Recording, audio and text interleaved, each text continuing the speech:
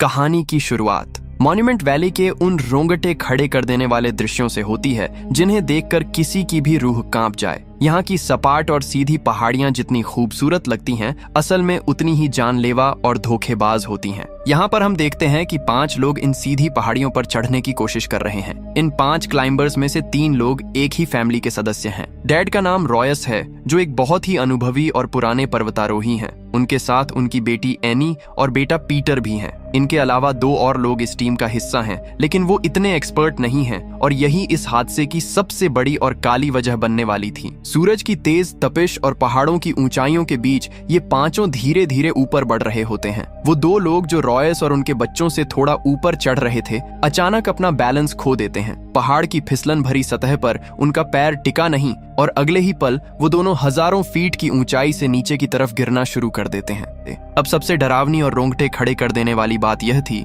कि ये 5 लोग एक ही रोप यानी रस्सी से आपस में बंधे हुए थे। जैसे ही ऊपर वाले वो 2 लोग गिरे, उनके वजन के झटके की वजह से एक एक करके बाकी सभी लोग भी पहाड़ी की सतह से अलग हो गए। अब मंजर यह था कि 5 लोग हवा में सिर्फ एक ही रस्सी के सहारे लटके हुए थे, जो पहाड़ी के ऊपरी हिस्से में एक छोटे से हुक के सहारे अटकी हुई थी। लेकिन वह रस्सी और वह हुक इन 5 का भारी वजन संभालने के लिए डिजाइन नहीं किए गए थे। हवा के तेज थपेड़े और 5 लोगों का वजन उस रस्सी को धीरे धीरे कमजोर कर रहा था। इससे पहले कि सब एक साथ नीचे गिरते, जो 2 लोग सबसे ऊपर थे वो झटके की वजह से अब रस्सी पर सबसे नीचे लटक गए थे। तभी अचानक उनकी तरफ की रस्सी टूट जाती है और वो दोनों पलक झपकते ही गहरी खाई में जा गिरते हैं। अब उस रस्सी पर सिर्फ रॉयस, उसका बेटा पीटर और उसकी बेटी एनी बचे होते हैं। लेकिन मुसीबत अभी टली नहीं थी। वजन कम होने के बावजूद रस्सी धीरे धीरे अपने हुक से खिसक रही थी और वह हुक चट्टान से बाहर आने लगा था। रॉयस को तुरंत एहसास हो जाता है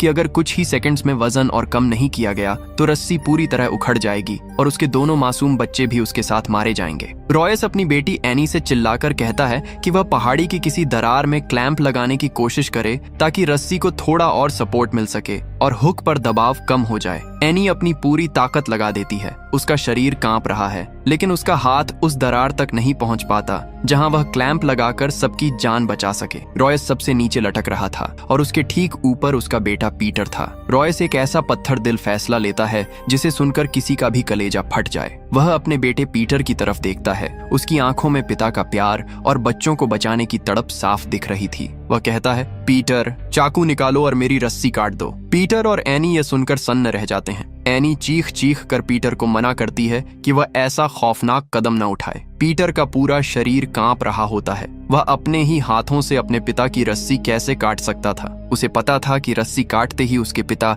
हजारों फीट नीचे गिर जाएंगे। आखिरकार अपनी आंखों में आंसू लिए और भारी मन से मजबूरी में पीटर चाकू से रस्सी काट देता है। रॉयस तेजी से नीचे गिरता है और अपनी जान दे देता है। अब कहानी यहाँ से 3 साल आगे बढ़ती है। उस भयानक हादसे ने पीटर की रूह को झकझोर कर रख दिया था। पिता की मौत का गिल्ट उसके मन में इस कदर घर कर गया था कि उसने पहाड़ों पर चढ़ना हमेशा के लिए छोड़ दिया।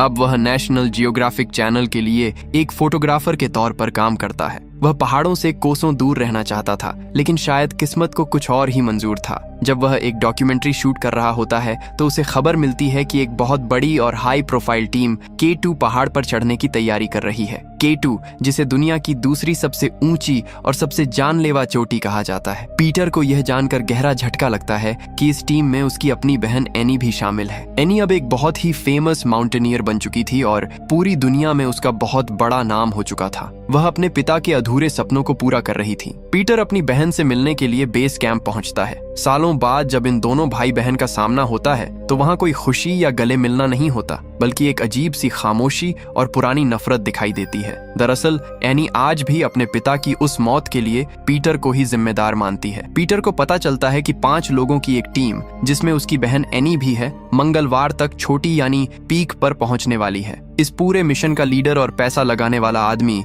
एलियट वॉन है, जिसने हाल ही में एक एयरलाइंस कंपनी खरीदी है। उसकी योजना यह थी कि जब वह K2 की चोटी पर खड़ा होगा, ठीक उसी समय उसकी एयरलाइंस की पहली फ्लाइट पहाड़ी के ऊपर से गुजरेगी और दुनिया को उसकी ताकत का एहसास होगा। चढ़ाई शुरू होने से एक रात पहले इलियट वहां एक बहुत ही शानदार पार्टी देता है। सभी लोग खुश थे, लेकिन तभी वहां एक रहस्यमयी और गंभीर आदमी आता है जिसका नाम विक है। विक एक बेहद अनुभवी क्लाइंबर है जो पहले भी K2 की चोटी पर जा चुका है और उसे वहां के चप्पे चप्पे और वहां के बदलते मिजाज की पूरी जानकारी है। विक सीधे इलियट के पास जाता है और उससे पूछता है कि अगर ऊपर मौसम खराब हो गया तो वह क्या करेगा। इलियट अपने पैसे के घमंड में चूर होकर कहता है कि उनके साथ दुनिया का सबसे बेहतरीन मौसम का एक्सपर्ट है और अगले 2 महीनों तक मौसम खराब होने का कोई भी सिग्नल नहीं है। विक उसे चेतावनी देते हुए कहता है कि पहाड़ों पर मौसम किसी का सगा नहीं होता और अगर एक बार तूफान आ गया, इलियट उसकी बात को मजाक में उड़ा देता है। इसके बाद विक वहां से चला जाता है, अपनी दाढ़ी बनाता है और रात के अंधेरे में अकेले ही खामोशी से K2 की चढ़ाई शुरू कर देता है। अगले दिन इलियट की 5 लोगों की टीम भी अपनी यात्रा शुरू करती है। जोश और उत्साह के साथ ये लोग ऊपर की तरफ बढ़ते हैं। जब ये लोग 26,000 फीट की ऊंचाई पर पहुंच जाते हैं, जहां हवा बहुत पतली हो जाती है, तो अचानक रेडियो पर उन्हें नीचे से मैसेज मिलता है कि एक भीषण तूफान बहुत तेजी से उनकी तरफ बढ़ रहा है। टीम का लीडर टॉम अनुभवी था। वह तुरंत कहता है कि यह बहुत खतरनाक संकेत है और हमें इसी वक्त वापस लौट जाना चाहिए। लेकिन इलियट अपनी जिद पर अड़ा रहता है। उसे सिर्फ अपनी एयरलाइंस की फ्लाइट और अपने प्रमोशन की चिंता थी। वह कहता है कि हम अपने पहले पड़ाव यानी टारगेट से सिर्फ 1 घंटे की दूरी पर हैं और तूफान शायद अपनी दिशा बदल लेगा, जैसा कि अक्सर रेडियो रिपोर्ट्स में होता है। टॉम और एनी जानते थे कि यह मौत का बुलावा है, लेकिन इलियट के पैसों के दबाव और उसकी जिद के आगे आखिरकार उन्हें अपनी जान जोखिम में डालकर आगे बढ़ना ही पड़ता है। नीचे बेस कैंप में मौजूद पीटर जब यह देखता है कि तूफान की वार्निंग के बाद भी वो लोग वापस नहीं आ रहे, तो उसकी घबराहट बढ़ जाती है। उसे अपने पिता को खोने का दुख याद आता है। वह फिर से रेडियो पर टॉम से संपर्क करता है और चिल्लाकर बताता है कि दक्षिण दिशा से बहुत ही भयानक तूफान उनकी तरफ आ चुका है और अगर वो अब भी नहीं मुड़े तो कोई नहीं बचेगा। लेकिन इलियट एक बार फिर अपनी चिकनी चुपड़ी बातों से टॉम को कन्विंस कर लेता है। पीटर अपनी दूरबीन से बेबसी के साथ देख रहा होता है कि उसकी बहन एनी मौत के बिछाए हुए जाल की तरफ कदम बढ़ा रही है। वह पहले ही अपने पिता को खो चुका था और अब वह अपनी बहन को किसी भी कीमत पर खोना नहीं चाहता था। तभी ऊपर पहाड़ पर कुदरत का असली तांडव शुरू हो जाता है। अचानक एक भीषण बर्फानी तूफान आ जाता है। बर्फ की मोटी चादर और हड्डियों को गला देने वाली ठंड के बीच ये 5 लोग बहुत मुश्किल से आगे बढ़ रहे होते हैं। तभी अचानक एनी के पैरों के नीचे से बर्फ की एक बहुत बड़ी सतह खिसक जाती है और वह 2 चट्टानों के बीच बनी एक बहुत गहरी खाई में गिरने लगती है। चूंकि ये सभी एक ही रस्सी से बंधे हुए थे, एनी के गिरने के साथ साथ बाकी लोग भी नीचे की तरफ खींचने लगते हैं। लेकिन किस्मत से जब एनी सतह से थोड़ा ही ऊपर लटक रही होती है, तभी उसकी रस्सी एक नुकीले पत्थर में फंस जाती है और अगले ही पल वह रस्सी बीच से टूट जाती है। एनी उस गहरी खाई में सुरक्षित गिर जाती है, लेकिन अब वह वहां कैद हो चुकी थी। ऊपर मौजूद बाकी 4 लोग भी इस तूफान की चपेट में आकर इधर उधर बिखर जाते हैं। तभी ऊपर से बर्फ का एक विशाल सैलाब यानी एवलांच आता है और पूरी टीम की तरफ मौत बनकर बढ़ने लगता है। इसकी चपेट में आकर टीम के 2 और लोगों की दर्दनाक मौत हो जाती है। अब उस गहरी खाई के अंदर सिर्फ 3 लोग बचे थे, एनी, इलियट और टॉम। ऊपर से वह खाई पूरी तरह बर्फ की मोटी परत से ढकी जा चुकी थी, जिसका सीधा सा मतलब था कि वो तीनों अब बर्फ के नीचे जिंदा दफन हो चुके थे। उन्हें बाहर की दुनिया का कुछ पता नहीं था। नीचे से उनके रेडियो पर लगातार संपर्क करने की कोशिश की जाती है, लेकिन वहां किसी भी तरह का कोई सिग्नल नहीं था। एनी को मॉर्स लैंग्वेज आती थी और खुशकिस्मती से पीटर को भी इसकी पूरी जानकारी थी। एनी ने एक छोटे से पत्थर और धातु के टुकड़े से मॉर्स कोड में सिग्नल भेजे, जो किसी तरह नीचे लगे यंत्रों ने पकड़ ली। पीटर को जैसे ही यह पता चला कि उसकी बहन अभी जिंदा है, उसकी जान में जान आई। लेकिन अब वक्त उनके खिलाफ था। विशेषज्ञों का कहना था कि इतनी ऊंचाई पर और इतनी ठंड में ये लोग 36 घंटों से ज्यादा जिंदा नहीं रह सकते, क्योंकि उनके पास ऑक्सीजन और जरूरी दवाइयों की बहुत कमी थी। सबसे बड़ी समस्या यह थी कि बर्फ के नीचे उनकी सटीक लोकेशन का पता कैसे लगाया जाए और वहां तक पहुंचने के लिए इतनी विशाल बर्फ की दीवार को कैसे हटाया जाए। यह नामुमकिन जैसा लग रहा था। पीटर अपनी बहन को बचाने के लिए खुद ऊपर जाने का फैसला करता है, भले ही उसकी अपनी जान चली जाए। इसके लिए वह आर्मी के पास जाता है और उनसे नाइट्रोग्लाइसरीन के शक्तिशाली बम मांगता है। ये बम इतने खतरनाक थे कि थोड़ा सा झटका या सूरज की सीधी रोशनी पड़ते ही ये अपने आप फट सकते थे। इलियट की कंपनी 50 लाख रुपए के इनाम का ऐलान करती है ताकि कोई और भी इस खतरनाक मिशन पर पीटर के साथ जा सके। पैसों के लालच में एक टीम तैयार हो जाती है, लेकिन सफर शुरू करने से पहले पीटर को सलाह दी जाती है कि उसे अपनी टीम में विक को जरूर शामिल करना चाहिए। विक वही अनुभवी आदमी था जिसने चढ़ाई से पहले इलियट को टोका था। विक का अतीत बहुत ही दर्दनाक था। 4 साल पहले उसकी अपनी पत्नी, जो एक मशहूर टूरिस्ट गाइड थी, इसी पहाड़ पर एक भयानक तूफान में लापता हो गई थी। विक उसे ढूंढने के लिए पागलों की तरह ऊपर गया था। उसे अपनी पत्नी की लाश तो नहीं मिली, लेकिन वह 3 और लोगों की जान बचाकर वापस ले आया था। इस कोशिश में उसके पैरों की उंगलियां ठंड की वजह से बुरी तरह गल गई थीं। वह आज भी अपनी पत्नी की आखिरी निशानियों को ढूंढने के लिए अक्सर इन खतरनाक वादियों में भटकता रहता था। पीटर और उसकी टीम हेलीकॉप्टर के जरिए विक के पास पहुंचती है। विक पहले तो मदद करने से साफ मना कर देता है, क्योंकि उसे पता था कि K2 पर इस वक्त जाना सीधे मौत को दावत देना है। लेकिन जब पीटर उसे याद दिलाता है कि उसने सालों पहले उसके पिता रॉयस के साथ एवरेस्ट की चढ़ाई की थी, तो विक की पुरानी यादें ताजा हो जाती हैं और वह मान जाता है। वह टीम का लीडर बनते ही कहता है, ये कोई रिकॉर्ड बनाने की चढ़ाई नहीं है, ये एक रेस्क्यू मिशन है और यहाँ हर कदम मेरी मर्जी से उठाया जाएगा।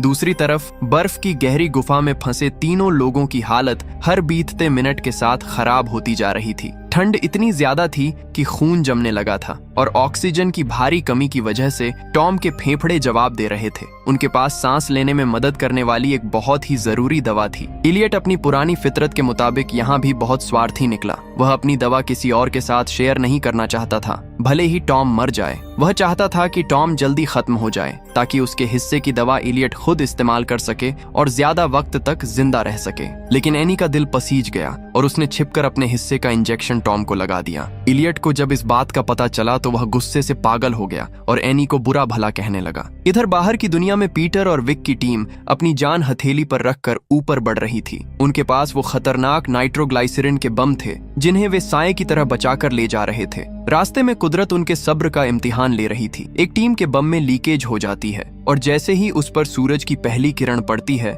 वहां एक इतना जबरदस्त धमाका होता है कि पूरा पहाड़ हिल जाता है और टीम के 2 सदस्य वहीं मौत की नींद सो जाते हैं। इस धमाके की वजह से बहुत सारी पुरानी बर्फ अपनी जगह से हटती है और विक को अचानक वहां एक लाश का हाथ दिखाई देता है। वह पास जाकर देखता है तो उसकी चीख निकल जाती है। वह और कोई नहीं बल्कि विक की अपनी पत्नी थी, जिसकी तलाश वह 4 साल से कर रहा था। उसकी लाश आज भी बर्फ में वैसी ही सुरक्षित थी। विक ने उसकी उंगली से अपनी शादी की अंगूठी निकाली और उसे अपने गले के लॉकेट में डाल लिया। तभी पीटर को वहां एक छोटा सा मेडिकल बॉक्स मिलता है, जिसे देखकर विक के पैरों तले जमीन खिकल जाती है। उस बॉक्स से एक ऐसा कड़ा सच सामने आता है जिसे जानकर किसी का भी खून खौल उठे। दरअसल 4 साल पहले जब विक की पत्नी तूफान में फंसी थी तो इलियट भी उसी के साथ था। इलियट ने खुद को बचाने के लिए विक की पत्नी की सारी डेक्सामेथासोन दवा चुरा ली थी और उसे तड़पने के लिए अकेला छोड़ दिया था। विक को अब समझ आ गया था कि उसकी पत्नी की मौत का असली जिम्मेदार कोई और नहीं बल्कि यही इलियट है। विक के दिल में बदले की आग जलने लगती है और वह तेजी से उस गुफा की तरफ बढ़ता है जहां इलियट छिपा था। रात का वक्त हो चुका था और एनी की हालत बहुत ज्यादा नाजुक हो गई थी। वह रेडियो पर पीटर से संपर्क करती है और कमजोर आवाज में कहती है, पीटर, तुम वापस चले जाओ, हम में से कोई भी सुबह का सूरज नहीं देख पाएगा, अपनी जान जोखिम में मत डालो। पीटर उसे ढांढस बंधाता है, लेकिन उसके खुद के आंसू नहीं रुक रहे थे। उसी रात इलियट अपनी हैवानियत की सारी हदें पार कर देता है। जब एनी बेहोशी की हालत में सो रही होती है, इलियट रेंगते हुए टॉम के पास जाता है और उसे हवा का एक खाली इंजेक्शन लगा देता है। हवा का बुलबुला टॉम की नसों में जाते ही उसका दम घुट जाता है और उसकी तुरंत मौत हो जाती है। जब एनी की आंख खुलती है तो वह टॉम के शरीर को ठंडा पाती है और पास ही गिरी हुई खाली सिरिंज देखकर समझ जाती है कि इलियट ने अपनी दवा बचाने के लिए टॉम का कत्ल कर दिया है। तभी गुफा की छत से बर्फ गिरने लगती है और उन्हें ऊपर से हल्की सी रोशनी की किरण दिखाई देती है। पीटर और विक ठीक उसी जगह पहुंच चुके थे।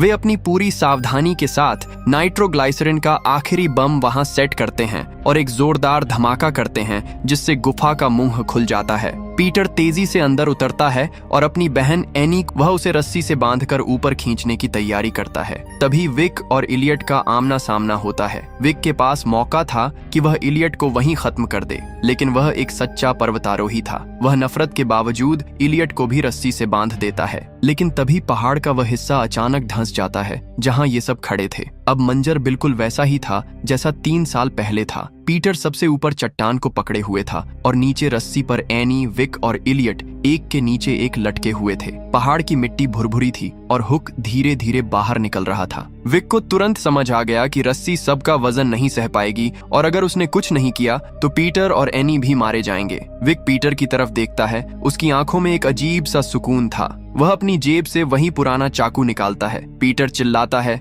नहीं विक, ऐसा मत करना, लेकिन विक मुस्कुराते हुए रस्सी काट देता है। विक और इलियट दोनों एक साथ उस अंधेरी और गहरी खाई में गिर जाते हैं और हमेशा के लिए खो जाते हैं। विक ने न सिर्फ अपनी पत्नी की मौत का बदला लिया, बल्कि एक पिता की तरह पीटर और एनी को नई जिंदगी भी दे दी। आखिरकार सूरज की पहली किरण के साथ पीटर अपनी बहन एनी को सुरक्षित नीचे बेस कैंप लेकर आता है। एनी की आंखों में अब पीटर के लिए नफरत नहीं, बल्कि बेपनाह प्यार और सम्मान था। वह अपने भाई को गले लगा लेती है और उसे उस पुरानी गलती के लिए दिल से माफ कर देती है। वह कहती है, पीटर, अगर आज डैड यहाँ होते तो उन्हें तुम पर और तुम्हारी बहादुरी पर बहुत गर्व होता। पीटर वहाँ उन सभी लोगों के नाम का एक खूबसूरत पत्थर का स्मारक बनाता है जिन्होंने इस खतरनाक रेस्क्यू मिशन में अपनी जान की बाजी लगा दी थी। इसी सीन के साथ इस शानदार कहानी का अंत हो जाता है। आपको ये कहानी कैसी लगी? कमेंट करके जरूर बताना और इसी तरह की कहानियों के लिए चैनल को सब्सक्राइब जरूर करना।